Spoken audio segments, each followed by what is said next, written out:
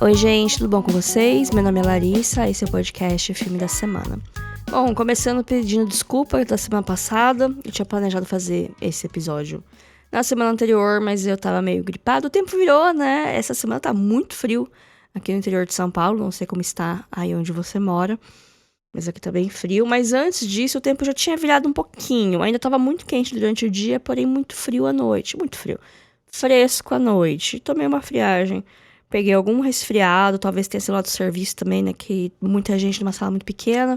Essas coisas acontecem. O fato é que eu estava fanha, não que hoje minha voz esteja 100%. Eu vou ter que fazer várias pausas pra tomar água e tossir um pouquinho. Mas semana passada tava pior. E eu não consegui gravar com antecedência. E chegou o fim de semana, Dia das Mães, eu viajei pra minha cidade. Não consegui gravar. Mas agora estou aqui gravando um pouquinho atrasado. Vamos falar dos filmes que eu assisti no mês de abril. Então não vou enrolar muito, porque tem bastante filme. Assim, não são muitos. Foram 10 filmes que são inéditos pra mim. Teve 2 revisitadas. 3, eu acho, né? Eu nem loguei que eu revi Senhor dos Anéis esse mês. Foi no final do mês. Nem vou entrar muito em detalhe também. Mas eu vi filmes muito bons, finalmente. Porque assim, eu não comecei o ano muito bem. Eu tava fazendo uma maratona do Oscar, vendo um filme aleatório que eu gostava, mais ou menos. Mas tinha tido muito poucos filmes que eu tinha amado de fato, né? Quem acompanha aqui deve ter percebido isso, mas agora abril. Realmente foi um mês muito bom. Esse mês teve uns 4 filmes que com certeza vão entrar no melhores do ano. E vários outros que foram bem bons. Teve só um que eu não gostei tanto, mas vamos que vamos. Desses 10 filmes, 4 foram dirigidos por mulheres, o que é uma boa média pro mês, mas ainda me deixa um pouco atrasada porque eu comi bronha no começo do ano, mas, né, nunca é tarde pra correr atrás do prejuízo. Então, vou começar falando em ordem cronológica, a ordem que eu assisti esses filmes ao longo do mês. Eu acho que é uma ordem que faz sentido. Assim, é um pouco prejudicado porque os primeiros filmes vão ser filmes que eu vi há mais tempo, há mais de um mês atrás.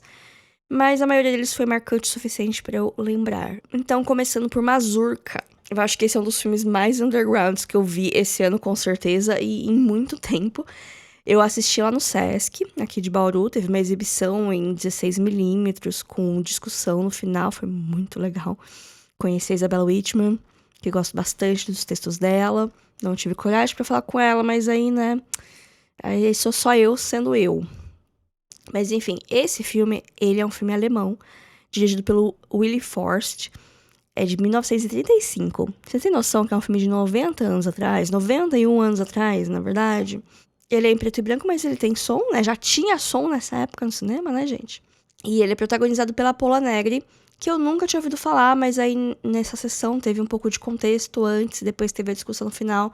Ela foi uma atriz muito grande no cinema alemão, ela chegou a fazer algumas coisas em Hollywood. Ela tem muito uma cara, assim, de anos 20, anos 30, aquele cabelo curto, aquela sobrancelha bem fina, sombra nos olhos e aquela cara de, sei lá, um rosto bem marcante. Ela fez muito filme mudo, mas ela conseguiu fazer a transição pro cinema falado. Vocês vão perceber que esse mês eu assisti muitos filmes de tribunal porque tava tendo uma mostra no Sesc de Bauru com esse tema de filmes no tribunal e tinha uma discussão no final. E aí eu fui em vários. Eu não fui em todos, que é difícil em todos. Mas os que tinham discussão eu fui porque eu acho muito legal ter discussão, mesmo que eu fique quieta na minha observando. Eu acho bem legal quando tem esse tipo de mostra e tem uma pessoa dando o contexto do filme, de como tava o mundo quando ele saiu, de quem eram as pessoas que fizeram ele. Ajuda muito, principalmente filmes mais antigos. Saber como que ele foi feito, qual que é o contexto em que ele apareceu, deixa não mais fácil, mas mais fácil mesmo da gente entender, da gente admirar e principalmente entender a importância deles. Mas com contexto ou sem contexto, esse filme é espetacular. Primeiro que a estrutura desse filme é bem diferente do que tava rolando na época. Assim, pro cinema de hoje não é nada muito absurdo, mas na época eu imagino que tenha sido inovador, porque ele começa com uma protagonista, com uma menina, uma moça de seus, sei lá, 16 anos, que ela é abusada por um professor de música, assim. Tem um contexto maior que isso.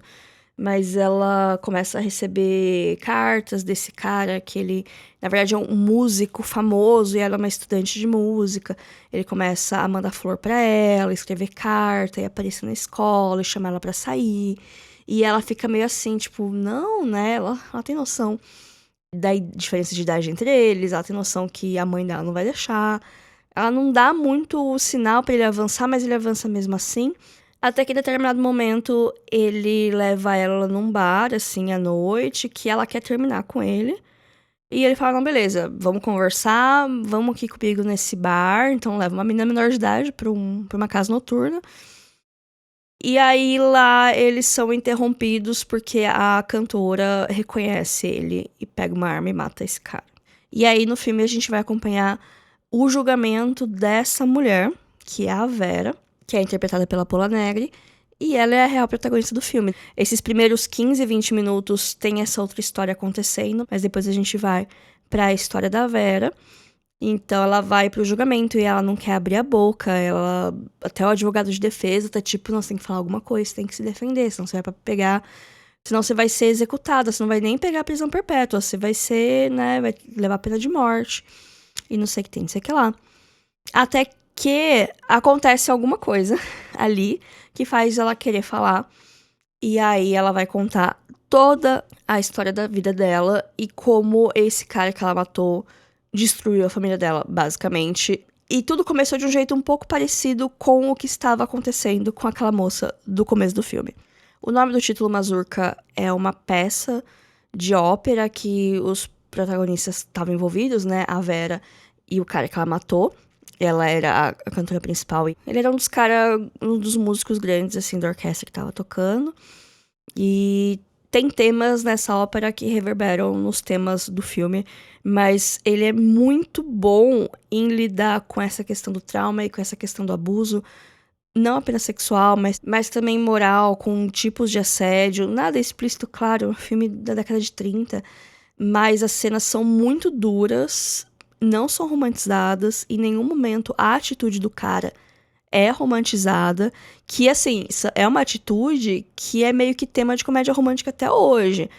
Homens insistindo para as mulheres que quer sair e que não, porque ela é perfeita, não, você tem que dar uma chance para mim e ficar assim até a mulher ceder, né? Então aqui no filme já é mostrado de um jeito cru, de um jeito como isso não é legal, como é um comportamento de predador e como ele conseguiu viver a vida inteira dele fazendo isso com repetidas mulheres, né? Que no filme deixa bem claro que nenhuma delas foi a primeira.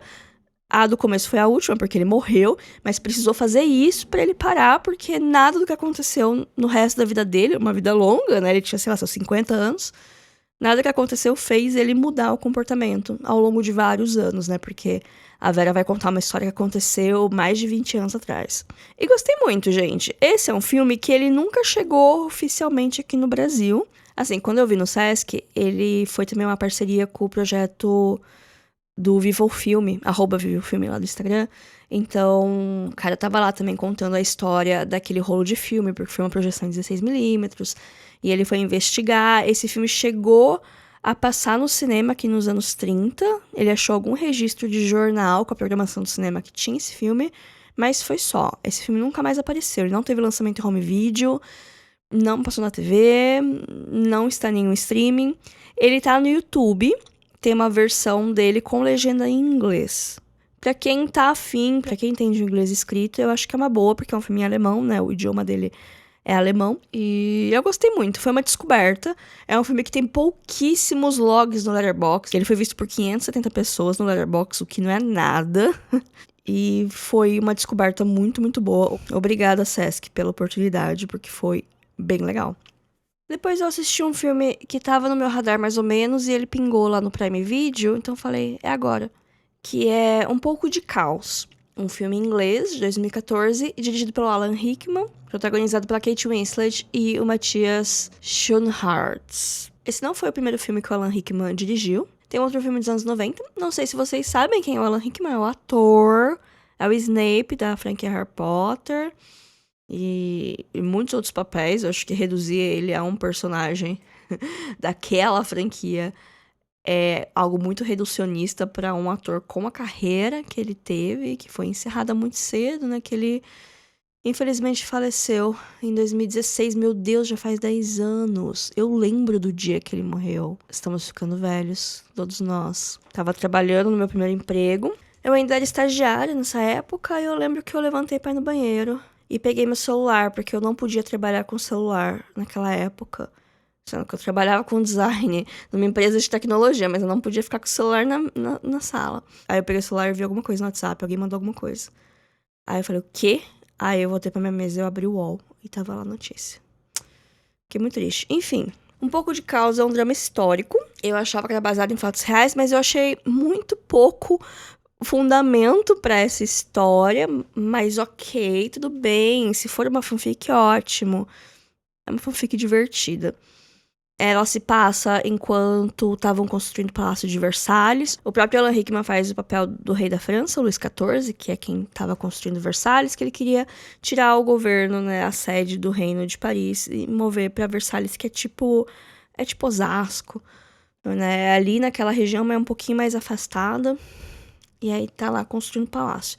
E aí tem o personagem do Matthias Schoenaerts, que é o André, que ele é o chefe dos jardins, né? O jardineiro-chefe lá, porque Versalhes tem um monte de jardim. Então ele tá lá fazendo as coisas do jardim, mas aí tem um pedaço do jardim que ele tá meio que pegando os currículos da galera jardineira.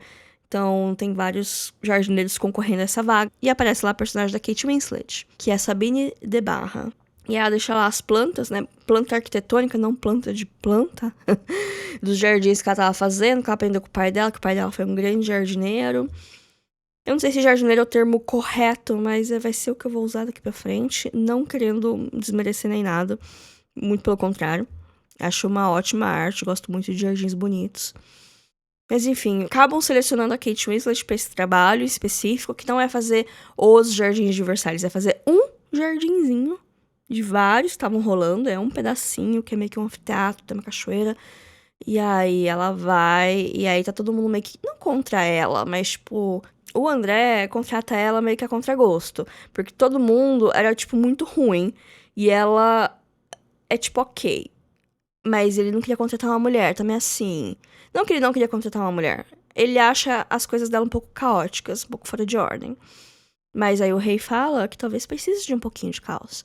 E aí ele contrata ela, só que ele tá sempre meio em cima, assim. E aí ela vai, e ela também tá, assim, com muito desafio, que ela fica nervosa, fala, nossa, será que eu vou conseguir fazer uma coisa que o rei goste? Não sei o que tem que lá. E aí eles se apaixonam, né? É isso que acontece. E sendo que o André é casado com a Helen McCrory, que descansa em paz, outra também que foi cedo.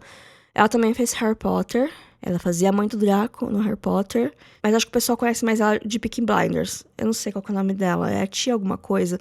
Não assisti, mas eu sei que ela tá. E esse filme também tem o Stanley Tucci, de perucona, assim, de França barroca. Fazendo um personagem que com certeza considera a sexualidade um espectro. Tem vários rostos conhecidos pra quem acompanha a TV britânica, séries britânicas, filmes britânicos, porque só tem 10 atores lá, né? Mas o foco principal tá, né, nessas traminhas do jardim. Assim, não tem caos nesse filme. Eu queria um pouquinho de baguncinha, não tem. Eu também queria alguma coisa que fosse um risco maior. Não é um filme de riscos. Os conflitos desse filme não são conflitos de verdade. É a mesma coisa eu, por exemplo, que trabalho com design e com marketing, ficar me estressando porque, sei lá, o post saiu com erro de digitação. Tipo, tenha problemas de verdade. Isso não é um problema de verdade, mas as pessoas tratam como uma sangria desatada. O grande auê do filme, tipo, o grande momento de virada é uma hora que tem uma chuva muito forte e aí alaga o jardim e meio que destrói parte dele. E aí isso atrasa com o prazo que ela tinha que cumprir. Mas, tirando tudo isso, eu achei divertido, eu achei fofo, eu comprei muito o romance. Mesmo que as perucas que botaram no pobre do André serem pavorosas. Mas a Kate Winslet tá muito bonita. E é isso, né, gente? Divertido. Fofo. 117 minutos, voa. Foi legal. Pra quem quiser assistir Um Pouco de Caos, tá disponível no Prime Video. Daí eu assisti Lindas e Letais, que é um filme da Vicky Gelson, uma jovem diretora. Ela tem alguns filmes, nenhum eu assisti, nenhum eu sequer tinha ouvido falar. Mas Lindas e Letais é um lançamento recente do Prime Video, que sim, não estava exatamente no meu radar, não é um filme que me chamou a atenção pela sinopse, nem pelo gênero, nem pelo elenco. Porém, eu assisti o filme no Prime Video e eu já tava lá, eu assisti os dois no mesmo dia, né? E eu falei, ai, assisti pouco filme dirigido por mulher esse ano, né? Vou dar uma chance pra esse novo. E assim, eu já tinha expectativa baixa, não é um filme bom, eu não me diverti, e pelo menos foi rápido. Quanto tempo ele tem? 89 minutos, gente, não é nem 1h30. É um filme de terror, desses filmes que, tipo, os personagens se veem presos num lugar cheio de gente maluca que tenta matar eles, e aí as personagens, algumas morrem, outras sobrevivem, e elas precisam sair dessa situação. É um grupo de bailarinas norte-americanas que elas vão para algum festival de dança em algum lugar na Europa Central, que elas descem em Budapeste, aí elas estão a caminho do lugar, e aí não sei porque elas param num bar, assim, cheio de gente estranha, e aí as coisas se complicam, e aí tem uma Thurman, que ela também era uma bailarina, mas ela tá envolvida com a máfia. Máfia de qual país? Máfia húngara? Não sei se isso é uma coisa. Mas aí é cheio de homem, assim, aí elas tentam pegar essas bailarinas, que são todas meninas jovens, pequenininhas, magrinhas. E aí elas têm que lutar pela vida delas. É bobo, é besta, é violento. Tem uma coisa que eu acho interessante, que é botar uma coreografia de balé na coreografia de luta das cenas de ação. Tem muita cena de ação. O filme é basicamente só cena de ação, porque ele é muito curto, não desenvolve muito as personagens, né? A personagem principal é a Maddie Ziegler. Tem alguma coisa que, tipo, ela não é rica que nem as outras meninas, então a vida dela não é tão fácil assim. Isso bota ela muito contra a personagem da Lana Condor, que é tipo a abelha rainha, a que quer tudo, a que tem tudo. E aí tem outras 3 meninas lá que eu não lembro muito das personalidades delas, pra ser bem sincera. E... é isso, gente. Não tem muito o que falar. Assistir, mas a que custo? Mas se isso parece uma coisa que apetece vocês, eu ouvi muita gente gostando, mas são pessoas que gostam desse tipo de filme. Se é o seu caso, Lindas e Letais tá disponível no Prime Video. Daí era Páscoa, eu falei, vou ver um filme temático. E eu revi, na verdade, A Vida de Brian. Então vou passar bem rápido, porque é um filme que eu já tinha visto fazia pelo menos uns 10 anos. Revi, foi bem interessante, tinha muita coisa que eu não tinha notado. E aí eu prestei atenção nessa revisitada. Pra quem não conhece, A Vida de Brian é um dos filmes da turminha do Monty Python. É dirigido pelo Terry Jones, que é um dos Monty Pythons. Ele se passa na época de Jesus. Na verdade, ele acompanha o Brian, que nasceu no mesmo dia de Jesus, numa manjedoura vizinha. E que a vida dele foi muito parecida com a vida de Jesus em vários momentos. Ele é um cara que só quer ficar de boa e tudo acontece com ele. A grande história desse filme é que chega ele adulto, né? Não acompanha a vida inteira dele, né? Vai pra quando ele tá com uns 33 anos. Ele tá afim de uma moça. Ela é uma militante de um grupo de esquerda. Ele começa a fazer parte desse movimento pra passar mais tempo com ela. E aí o filme tira muito sarro desses grupos que ficam mais tempo brigando entre si do que lutando pra conquistar as coisas que eles defendem. E ele só está lá porque ele quer ficar com a moça.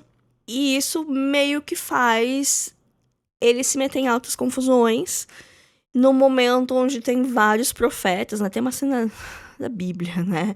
Do Evangelho, não lembro qual, que são o mercado cheio de falsos profetas e das pessoas procurando alguém pra seguir. Então, o filme fala muito disso também. O filme tem vários temas, mas é principalmente sobre controle de massa, sobre fé e religião, mas não do jeito básico, claro.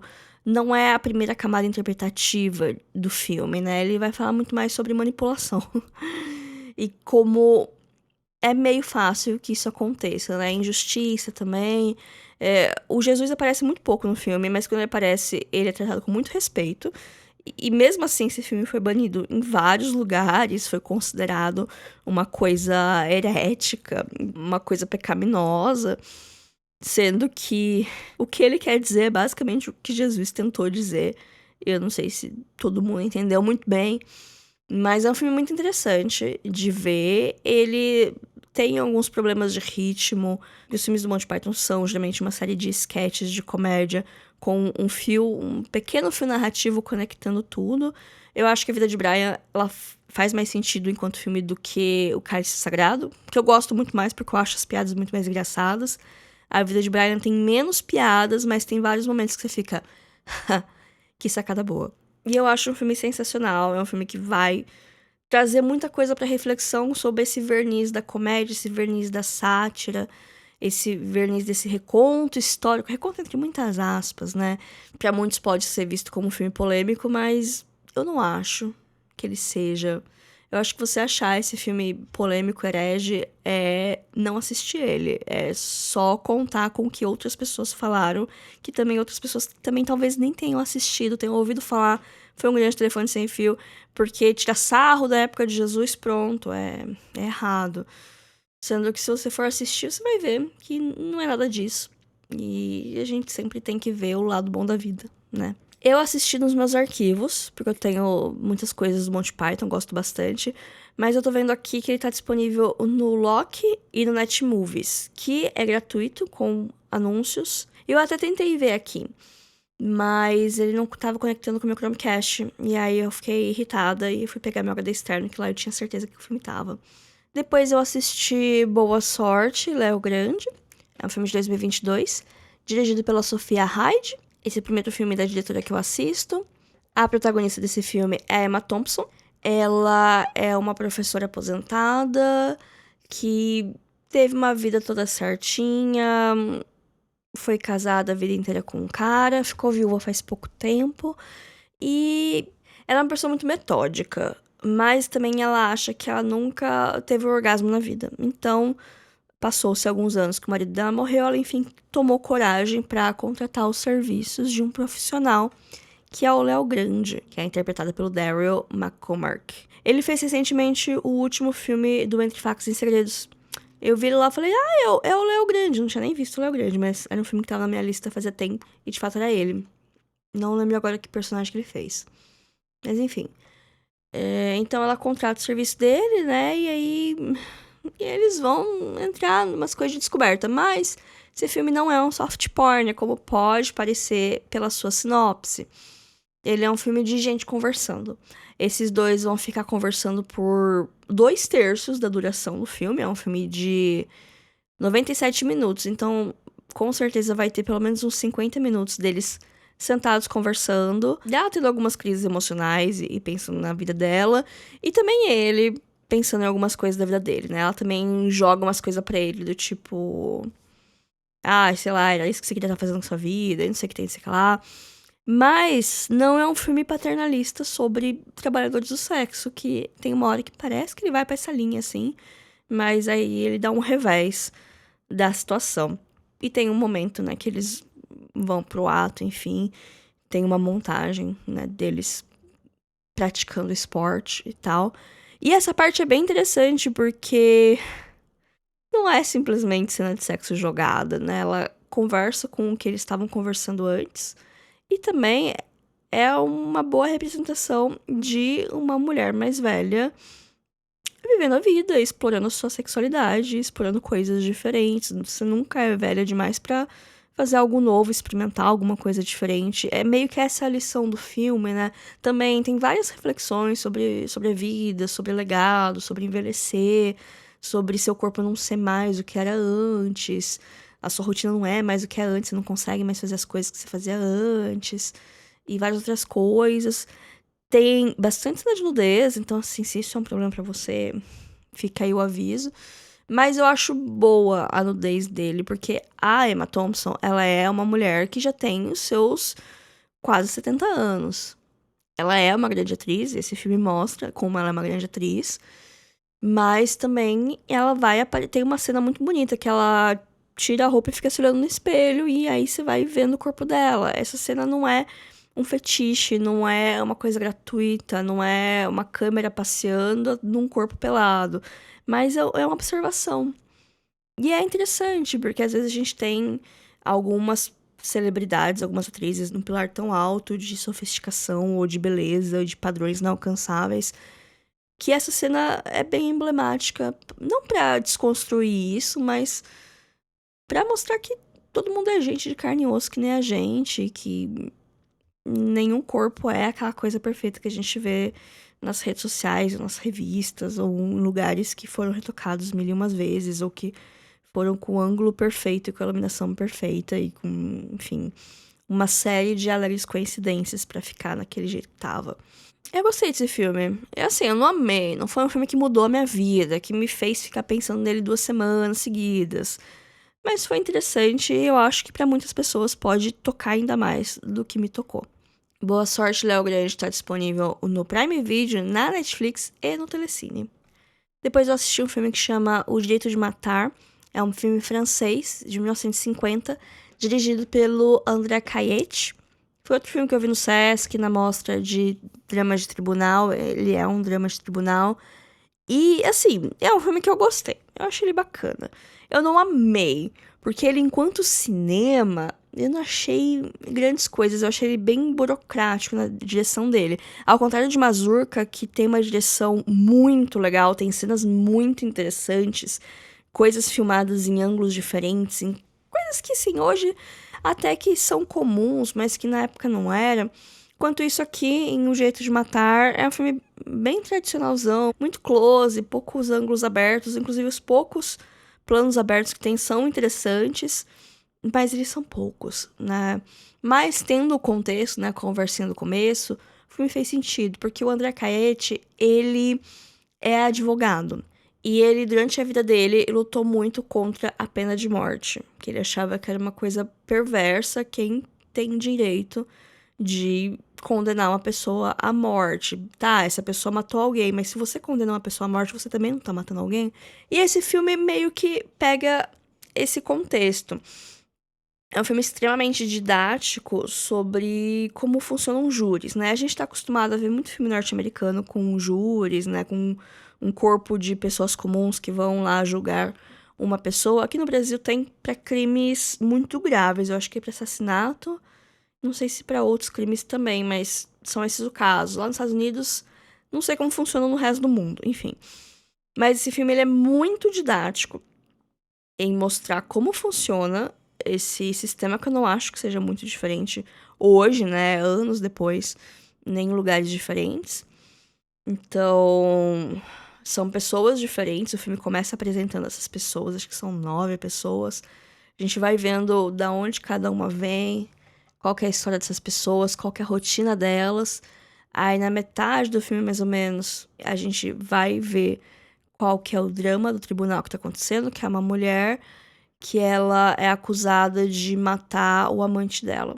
Só que esse amante dela tava com uma doença e ela se defende falando que ele pediu pra ela encerrar a vida dele, porque ele tava muito doente, tava sofrendo muito, ele preferia, né, dar cabo a isso, mas ele não tinha coragem de fazer isso ele mesmo, então ele pede pra ela fazer isso. E aí ela faz. Então ela alega que era a vontade dele que isso acontecesse, então ela tava fazendo um favor. Porque ela tinha uma dívida com ele, então isso era o mínimo que ela devia ter feito. Então, parece que vai ser um filme que vai discutir eutanásia, mas ele não discute muito isso. O foco vai estar na vida dos jurados. Quem são essas pessoas, como que é a rotina delas. Quando eles são sorteados para serem jurados, eles precisam se locomover até o lugar, deixar de fazer algumas coisas que eles têm que fazer. Para alguns é mais fácil, para outros é mais complicado.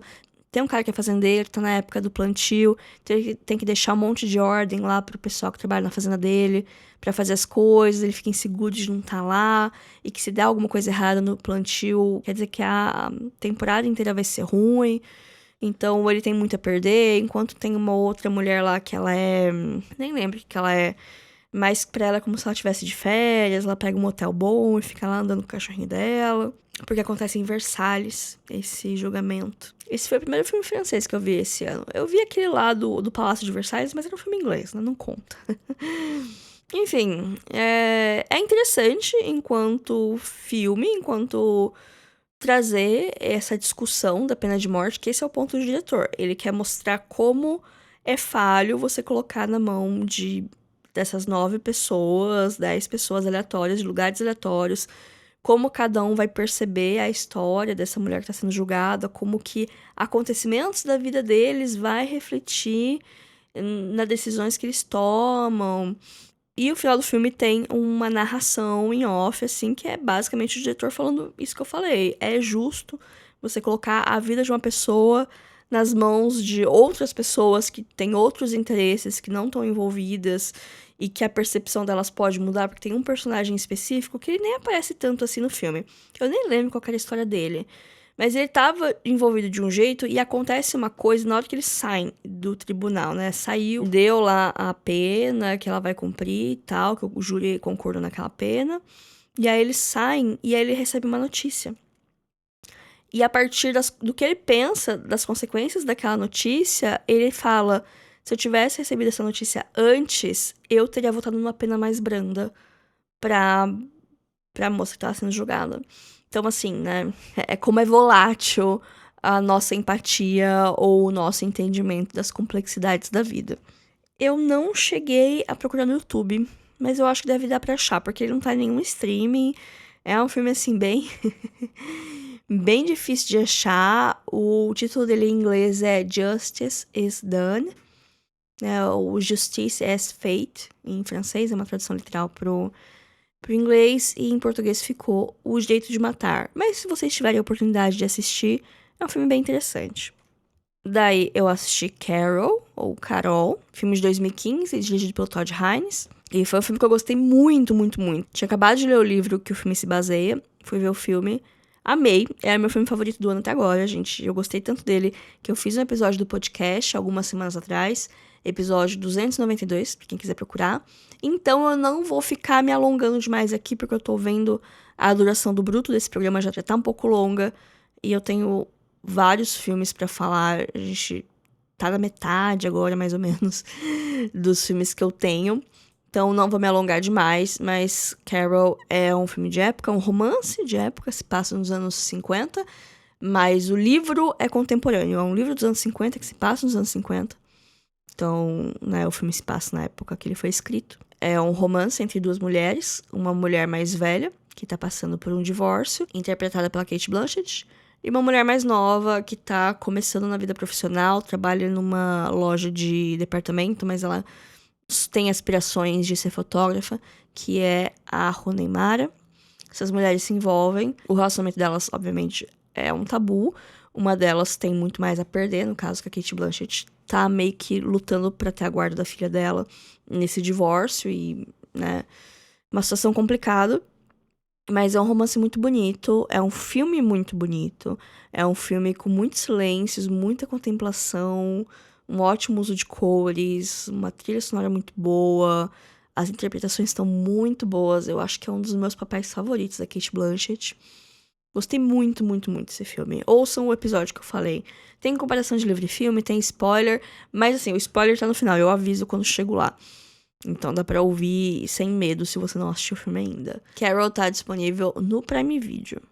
E aí eu assisti um filme que estava na minha lista há tanto tempo que eu tinha vergonha de falar que eu nunca tinha assistido, que é Rashomon, do Akira Kurosawa. Esse foi meu primeiro filme do diretor japonês. Esse filme é de 1950.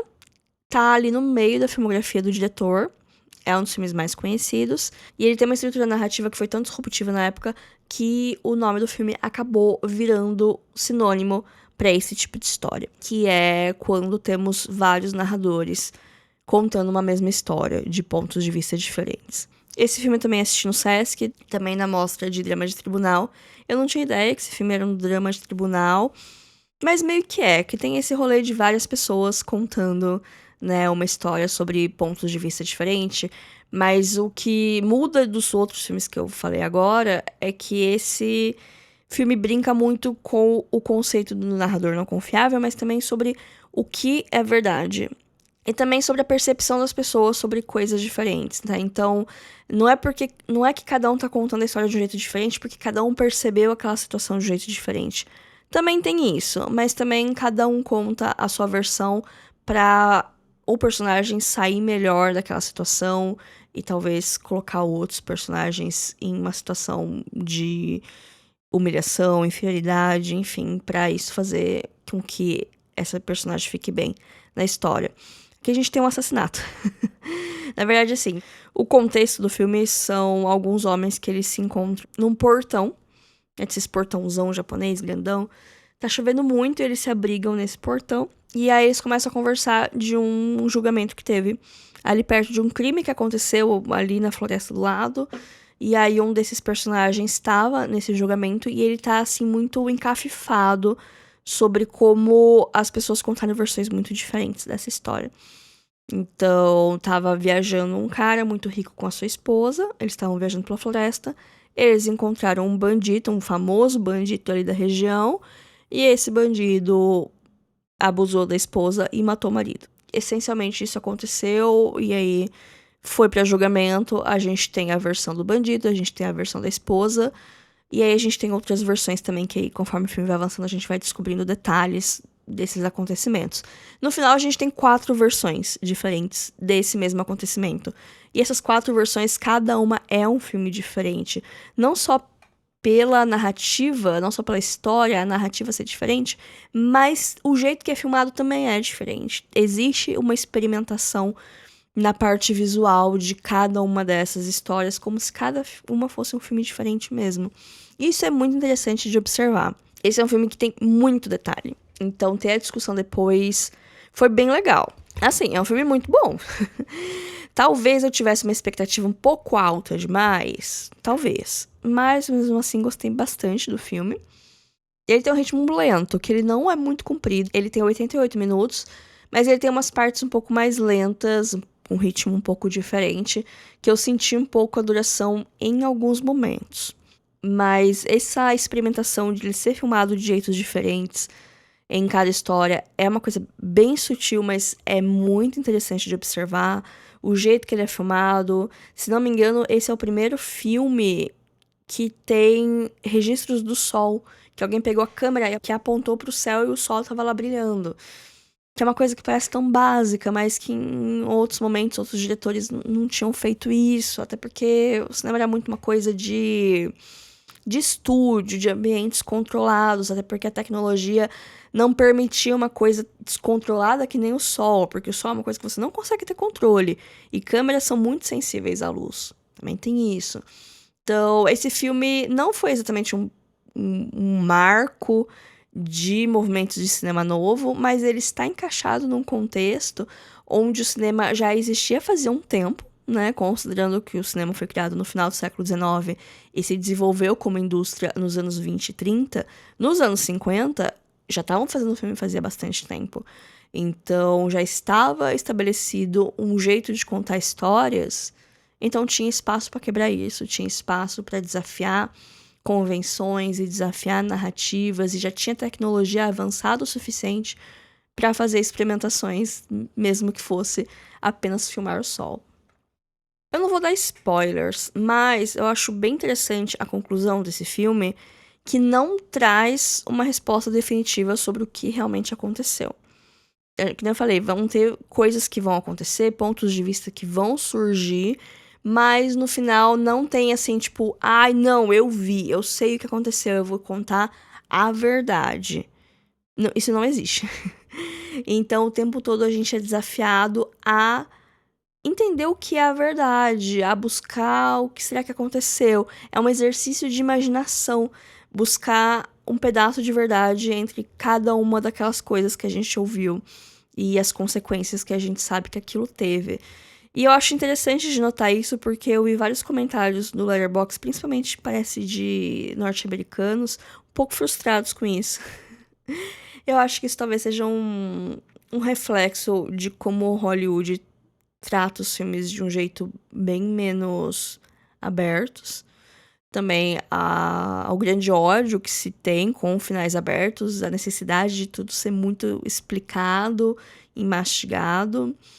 E talvez o tempo que vivemos tenha uma consequência nisso também. Mas eu vou estar aqui até o fim dos meus dias defendendo cunhas e dentes, finais abertos. E defendendo que a verdade nunca é absoluta. E gosto muito de filmes que brincam com isso, e com esse conceito, e com o quão longe a gente consegue ir com isso. Muita gente compara esse filme com O Último Duelo, que eu assisti alguns anos atrás, na época que saiu.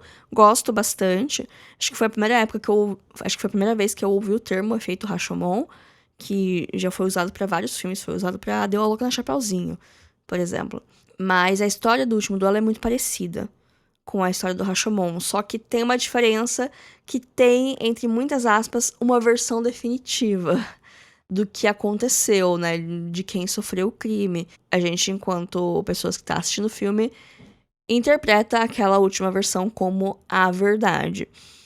E eu acho interessante observar isso, né, que eu gosto muito do Último Duelo, acho que ele funciona muito dentro da proposta dele, mas que esse negócio da verdade, do que realmente aconteceu, é um conceito que dá pra discutir, dá pra conversar. Dá pra pessoas diferentes concluírem coisas diferentes. Rashomon tá disponível no Belas Artes à la carte. Daí eu assisti A Natureza das Coisas Invisíveis, que é um filme nacional do ano passado, dirigido pela Rafaela Camelo, é a estreia na direção dela, e foi uma alegre surpresa. Eu não imaginava como eu ia amar esse filme. Ele me pegou completamente desprevenida, eu sabia muito pouco sobre a história dele, e eu achava que ele ia ser uma coisa, um filme indie brasileiro, um drama de amadurecimento, um filme de estreia, um olhar delicado de uma diretora, e ele meio que é isso pelos primeiros 20 minutos. Então eu achava que não ia sair muito disso, mas aí ele tem uma virada, ele tem uma mudança de cenário que muda o filme e muda a estética e traz tantas coisas interessantes pra história que eu fiquei, gente, que filme lindo. Ele é muito bonito, ele lida com vários temas muito tabus, de um jeito muito delicado, de um jeito sem parecer, olha, vou parar aqui esse filme pra fazer a minha palestra sobre esse assunto. Não, tudo é inserido de um jeito muito orgânico e tudo é muito delicado e muito respeitoso e muito bonito. Eu fiz um episódio não sobre ele, né? Eu fiz o episódio número 293, chama Filmes com Criança Sem Supervisão.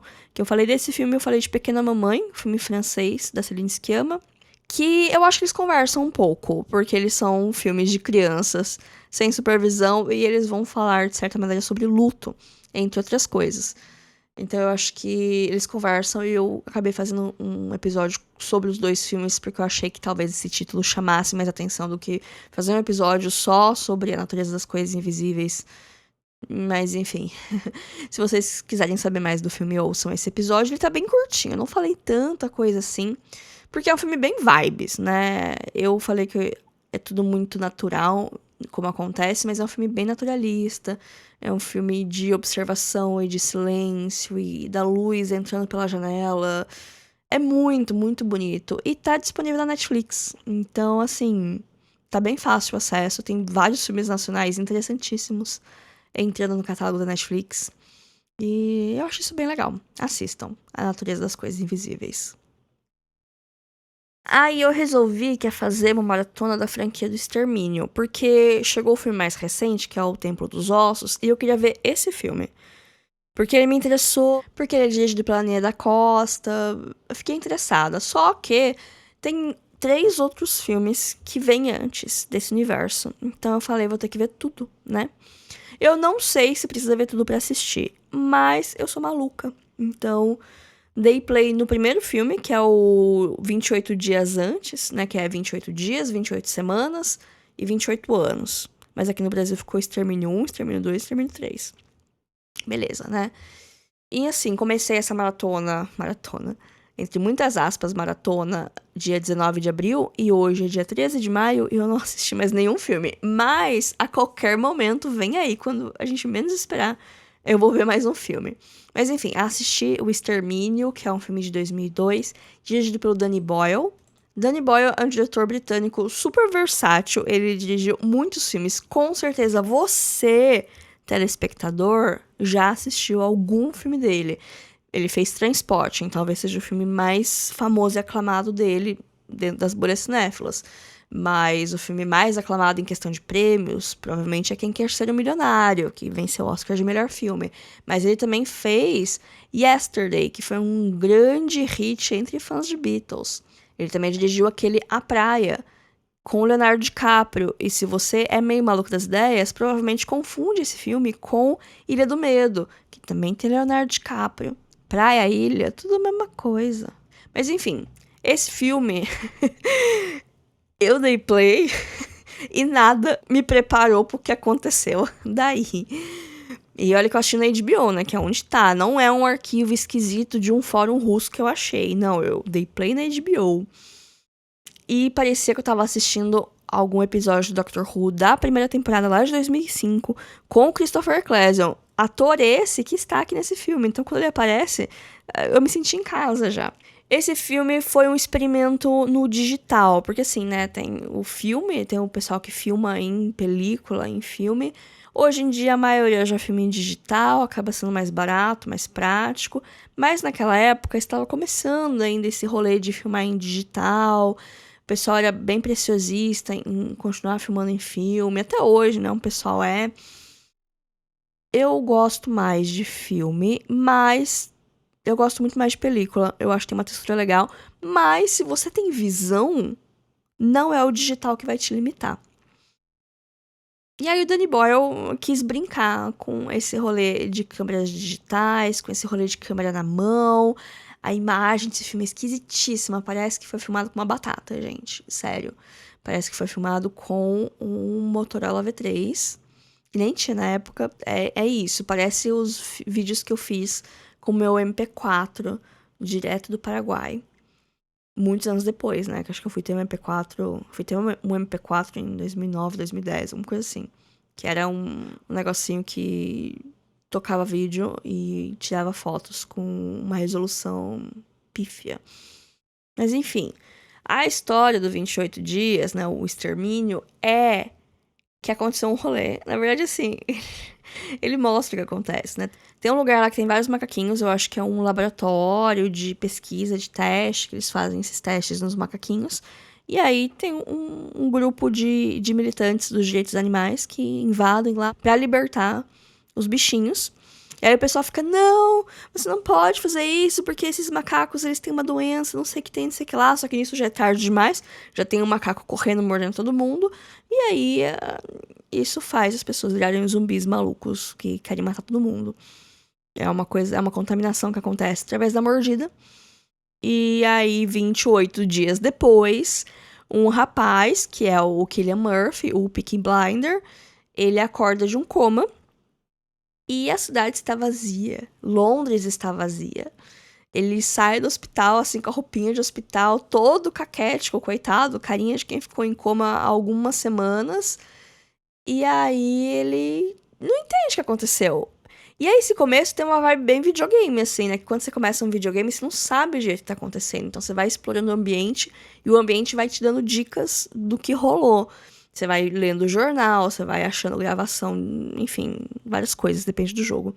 E aqui acontece uma coisa semelhante. Ele vai andando em Londres, a cidade tá vazia, inclusive mérito pro diretor que conseguiu fazer umas loucuras, tipo acordar domingo muito cedo pra ir pros lugares pra conseguir fazer a filmagem sem ter movimento, porque eu acho que eles também não tinham dinheiro pra conseguir as permissões pra fechar a estrada, fazer essas coisas.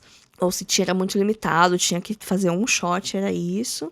Então foi um filme que foi gravado com um orçamento muito, muito, muito pequeno. Era uma visão e um sonho e força de vontade e fez e aconteceu. Hoje é uma franquia, né? Então tem toda aquela coisa de filme de zumbi, de filme de pós-apocalipse, que ele vai andando, ele vai descobrindo o que acontece, eventualmente ele encontra um grupo de pessoas que, né, tá se unindo pra ir pra outro lugar, que tem a Naomi Harris, né, que ela fica co-protagonista com ele.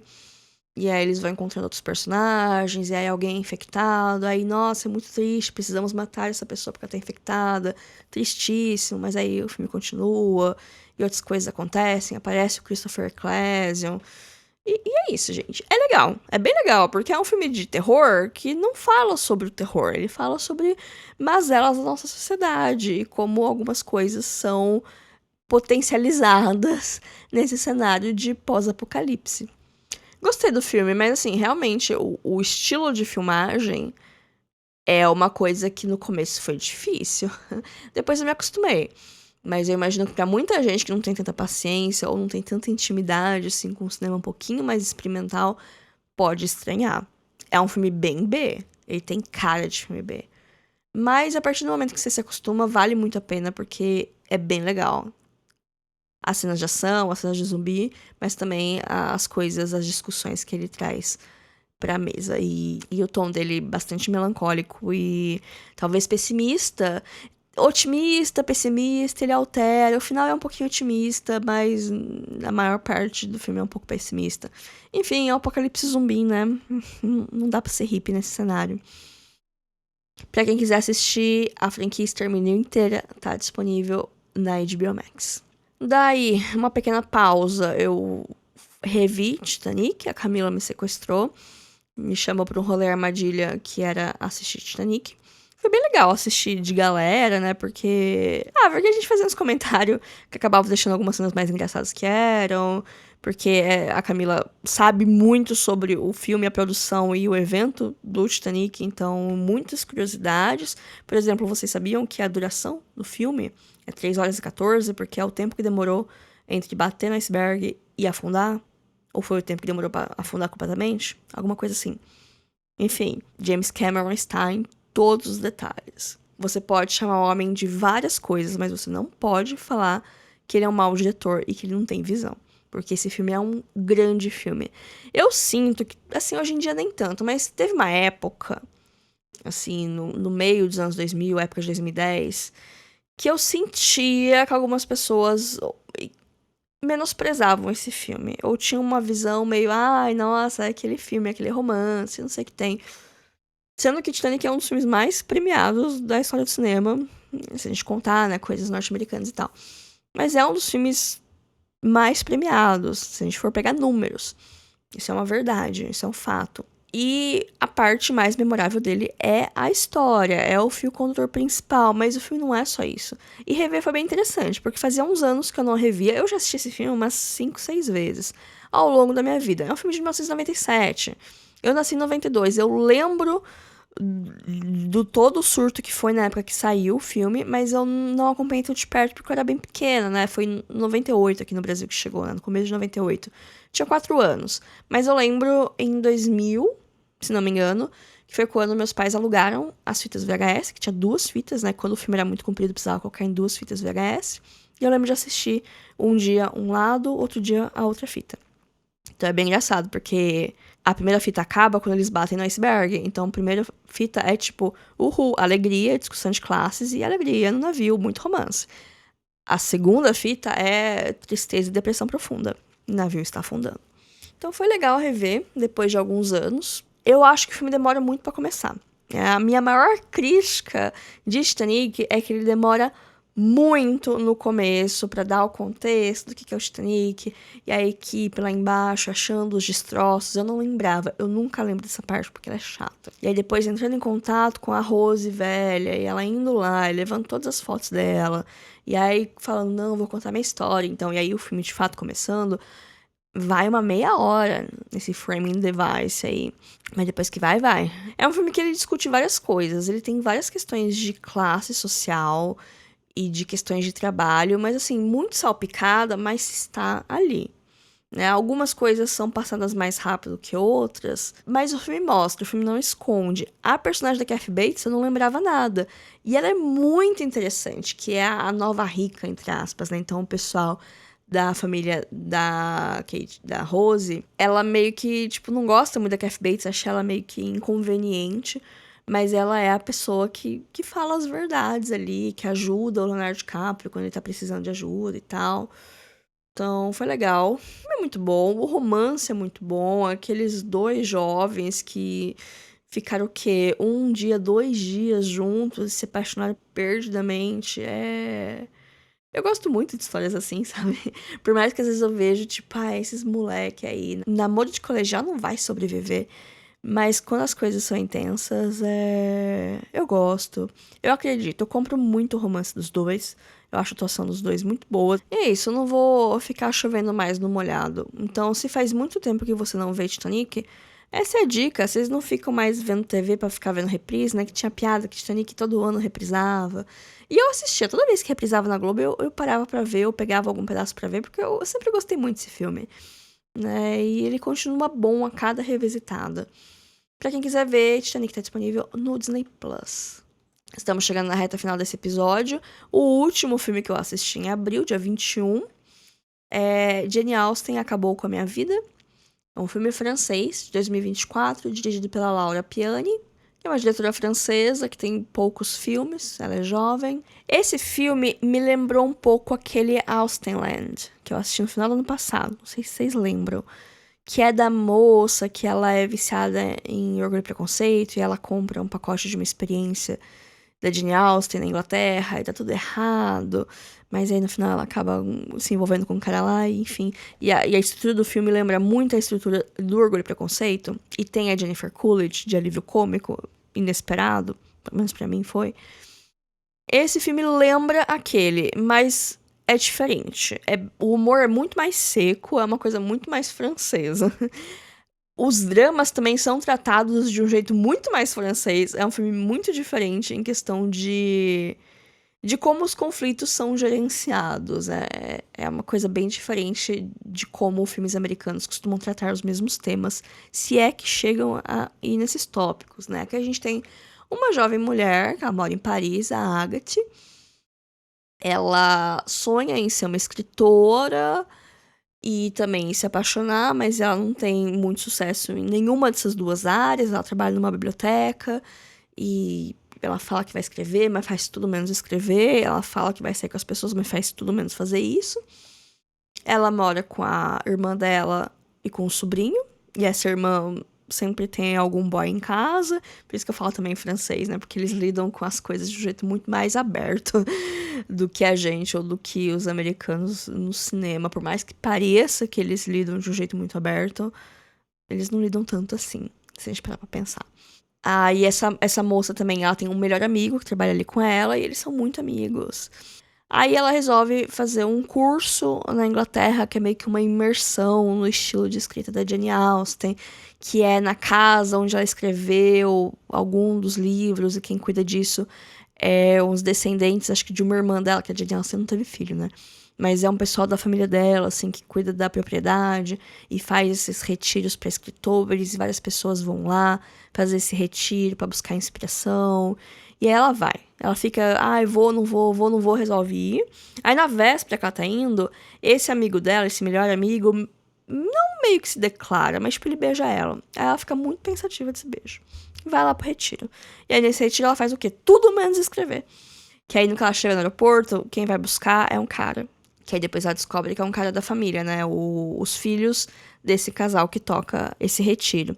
Que ele não trabalhava lá, ele acha uma grande bobagem, mas ele voltou pra trabalhar com eles porque os pais dele estão bem idosos já, ele tá meio preocupado de deixar eles sozinhos. E aconteceu alguma coisa assim, sei lá, se ele se divorciou, aconteceu alguma coisa na vida dele que fez ele retornar pra cidade natal e passar mais tempo com os pais dele. E aí tem essa coisa que desde o começo eles meio que se odeiam. Porque assim, é um filme em francês, então todo o filme é em francês. Até o momento que ela vai pra Inglaterra e aí ela começa a falar inglês com ele. E aí eles não se dão bem, assim. Acontece alguma coisa que ela acha ele um escroto. E aí acontece alguma coisa que ela liga pra irmã dela e começa a falar em francês. Nossa, o cara que veio me buscar no aeroporto é um escroto. E não sei o que tem, não sei o que lá. Meu Deus do céu, o cara é chato. E aí depois ele meio que ouviu isso, tava meio perto. Aí depois que ela desliga o telefone, ele fala num francês perfeito. Ah, eu também falo francês. E aí todo mundo fala francês. Ela chega nesse lugar e começa a falar com a mulher que cuida com a mãe desse personagem, né? A mulher que cuida do retiro. Ela fala, ai, que bom que finalmente temos uma hóspede francesa. Eu vou poder treinar o meu francês. E aí começa a falar um francês perfeito. Todos os personagens ingleses falam francês perfeito. Eu acho que isso é ótimo pra eles verem que eles podem fazer isso com o resto do mundo, porque a gente não pode fazer isso com eles. A gente, né? Eu tô me botando como francesa. Mas enfim, foi muito curioso ver esse detalhe. E aí, obviamente, vai ter um triângulo amoroso, porque Orgulho e Preconceito meio que tem um triângulo amoroso, eventualmente, de um jeito... A Elizabeth tem 2 interesses amorosos, então nosso protagonista vai ter 2 interesses amorosos. Ela vai lidar com isso de um jeito muito diferente da Elizabeth Bennet, mas ela vai lidar. E a minha maior crítica com esse filme é que não tem muita cena fofa. Eu queria mais desenvolvimento do casal principal, porque eu sempre shippei ela com a pessoa que ela fica no final. Não vou dar detalhes de quem é, porque eu acho que é interessante acompanhar essa jornada. Mas eu acho que a partir do momento que ela resolve falar, não, vamos resolver esse imbróglio que eu me meti e ela resolver, eu acho que é muito rápido. E assim, eu gosto de coisas que demoram pra acontecer, eu gosto de slow burn, mas eu acho que a resolução do filme é muito rápida. E aí eu queria que, não que demorasse mais, mas que passasse mais tempo com a pessoa de fato. Porque ela meio que resolve, aí ela vai lá se declara pra pessoa, e eles se beijam e acaba o filme. Spoiler, eu não contei o que acontece, eu contei a última cena. Mas como chegamos até ali, é o que importa realmente no filme. Mas enfim, foi divertido, foi bonitinho. Eu achei bacana, eu achei interessante. Não é o melhor filme que eu vi nesse mês, tá longe de ser, até porque eu falei de clássicos até agora e de filmes maravilhosos. Mas esse filme foi divertido. Eu dei 3 estrelas e meia. E eu recomendo se vocês gostam de comédias românticas, de Jane Austen, de coisas um pouco diferentes, né? Que você tá acostumado com estrutura de comédia romântica norte-americana, vai estranhar. Porque é um pouco diferente, é um pouco mais seco, é um pouco mais francês. Mas é legal. Jane Austen Acabou com a Minha Vida tá disponível na HBO Max. E foi isso, gente. Esses foram os filmes que eu assisti em abril. Eu achei que foi um mês muito bom. Eu espero que maio seja tão bom quanto. Por enquanto, não tá muito bem. Mas eu vi poucos filmes. Eu espero que isso mude agora na segunda quinzena, porque estamos chegando nela. Mas vamos que vamos. Me sigam nas redes, @filme.da.semana no Instagram. Sempre tô comentando algumas coisas por lá. Agora tá rolando Cannes. Eu não tô cobrindo, mas o que eu acho interessante eu compartilho. Eu também tô no Blue Sky, @lalariland. Posto outras coisas lá, tento não repetir o conteúdo de uma rede e outra, porque é cansativo, né? E eu também tenho um e-mail para contato, que é o podcast filmedasemana@gmail.com. Se você quiser falar comigo, não tem rede social, você pode me mandar uma cartinha por e-mail. Se você quiser fazer qualquer tipo de contribuição com o meu trabalho, esse e-mail também é uma chave Pix. Quiser pagar um de pirona pra mim, ficaria feliz. E por hoje é só, gente. Fiquem bem e até semana que vem. Tchau, tchau.